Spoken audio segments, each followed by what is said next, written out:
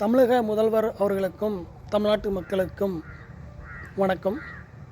இந்த ஆன்மீக பூமியில் ஒவ்வொரு மனிதனும் ஒவ்வொரு மக்கள் எங்கே தொடங்குறாங்க நம்மளுடைய அன்றாட வாழ்க்கை அப்படின்னு பார்த்தீங்கன்னா, வீட்டில் இருக்க தொலைக்காட்சி பெட்டி மற்றும் இந்த கைபேசி. எப்படி தொடங்குறாங்க அப்படின்னா, நல்ல ஆன்மீக பாடலை, இறைவனை துதி செய்யும் தொடர்ந்து பாடல்களை தொடங்குகிறார்கள் என்றால் அதிகாலை பொழுதை. அதே சமயம் இந்த தொலைக்காட்சி பெட்டியாகட்டும், இந்த கைபேசியாகட்டும் நமக்கு காட்டுவது அன்றாடம் நடைபெறும் கொலை, கொள்ளை, பாலியல் என்ற அதிகமான சட்ட ஒழுங்கு பிரச்சனைகள் தான் இந்த கைபேசியாகட்டும் இந்த தொலைக்காட்சியும் காமிக்கிறது. இது காரணம் என்ன? மக்களிடம் காரணம் கேட்டால் மக்கள் சொல்வது, சட்டம் ஒழுங்கு எங்கே பாதிக்கப்படுகிறது என்றால், யார் ஒருவர் மது அருந்துகிறார்களோ, மது அருந்தும் பொழுது அவருடைய மதி மாறுகிறது. அந்த மதி மாற்றமானது சமூகத்தில் பல சீர்கேடுகளை செய்கிறது. இதற்கு காரணம் இந்த மதுதான். இந்த மதுவை ஒழிக்க வேண்டும் என்று மக்கள் கூறுகிறார்கள். அப்போது இந்த மதுவை ஒழிக்க வேண்டும் என்றால் இதற்கு காரணமாக இருப்பது அரசாங்கம்தான் என்றால் கண்டிப்பாக கிடையாது. யார் ஒருவருக்கு தனி மனித ஒழுக்கம் இருக்கிறதோ அப்பொழுதுதான் இந்த மதுவை மூட முடியும், மதுவை ஒழிக்க முடியும். மக்கள் ரீதியாக மதுவை ஒழிக்க வேண்டும் என்று கூறினால், மாநில ரீதியாக அரசாணை சொல்வது அதிகமான வருமானம் வரும், இத்துறை எப்படி மூடுவது என்று அவர்கள் கூறுகிறார்கள். நான் உதாரணமாக ஒன்றை கேட்கிறேன். நான் கடந்த 2 வருடங்களாக மது குடிக்கவில்லை. என் வாழ்க்கையை வைத்து நான் கூறுகிறேன். அப்பொழுது மாதத்துக்கு நான் 3 ரூபாய்க்கு குடிக்கிறேன் என்றால் 2 வருடமாக கிட்டத்தட்ட ஒரு 1 லட்ச ரூபாய்ன்னு வச்சுக்கோங்க. என் பணம் எங்கே போச்சு? இந்த 2 வருஷம் நான் குடிக்கவே இல்லையே. அப்போ என்னுடைய வருமானம் அரசுக்கு கிடைக்கவில்லையா அப்படின்னு கேட்டால் கண்டிப்பாக கிடைச்சிருக்கு. அந்த குடிக்காத பணத்தை நான் என்ன செய்தேன்? என் வீட்டுக்கு நல்ல உணவு வாங்கி கொடுத்தேன், என் குழந்தைகள் நல்ல உடை வாங்கி கொடுத்தேன், என் வீட்டுக்கு தேவையான பொருட்களை வாங்கி கொடுத்தேன், அன்றாடாக பெட்ரோல் போட்டேன். இந்த மாதிரி இந்த சமூகத்தில் அன்றாட செலவுகள் என்னவோ அதைத்தான் செய்தேன். இப்பொழுதும் என்னுடைய சேவிங்ஸ் அது போன்று தான் இருக்கிறது.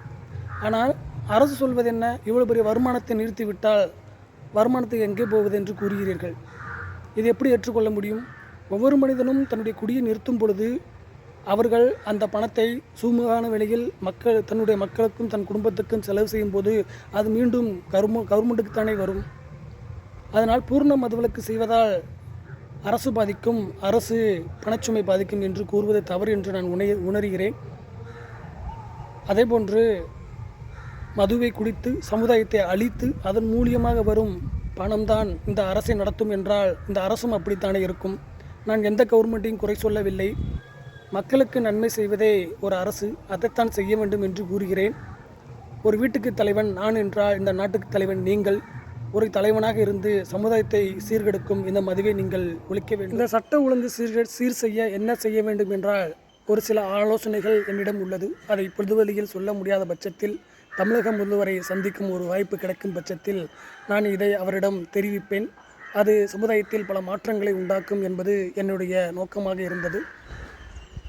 நமது முதல்வர் சினிமா துறையில் இருந்து வந்திருந்தாலும் ஒரு மாணவன் 1ஆம் வகுப்பு, 2ஆம் வகுப்பு, 3ஆம் வகுப்பு படிக்காத சமயத்தில் ஒரு 6, 7ஆம் வகுப்பில் படிக்கிறான் என்றால் அங்கு அவனுக்குள் ஒரு மாற்றம் நடந்துள்ளது. அந்த ஆசிரியர் அவருக்கு பிடித்திருக்கலாம், அந்த மாணவனுக்கு பிடித்த மாதிரி அவர் நடந்திருக்கலாம், அங்கே இருக்கிற அட்மாஸ்பியர் அவனை மாற்றிருக்கலாம். அங்கே படிக்கிறான் என்றால் இந்த தமிழ்நாட்டில் நீங்கள் செய்த பிரச்சாரம், உங்கள் பேச்சு, நீங்கள் சொன்ன வாக்குறுதி என்று எண்ணற்ற சிறப்புகளால் நீங்களே ஆட்சியை கைப்பற்றிருக்கலாம்.